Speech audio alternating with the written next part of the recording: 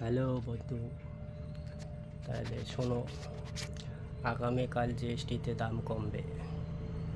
তা 20 টাকার চালটা কি 40 টাকার চালটা কি 20 টাকায় আসবে? আর সরষার দাম 200 টাকা কেজি, ওটা কি 100 টাকায় আসবে? না পার্সেন্টেজ হিসেবে শুধু 1 টাকা 2 টাকা করে দাম কমবে? পাবলিককে ধোঁকা দেবে নাকি? দেখি কি করে সরকার। জিনিসের দামপত্র দিন দিন বেড়ে যাচ্ছে। 108 টাকার পেট্রোল কি 60 টাকায় আসবে? আসবে না। যে জিনিসের একবার দাম পড়ে, দাম ওঠে, ওই জিনিসের দাম আর কমে না। যেমন ধরুন সারে অনেক দাম। 2000 টাকার বস্তা কি 1000 টাকায় আসবে? আসবে না। 1 থেকে 150 টাকা কমবে, এর বেশি আর কমবে না।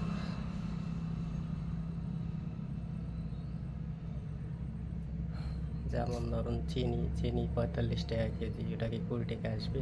আসবে না। হালি হলে 1 টাকা বাড়বে, এর বেশি বাড়বে।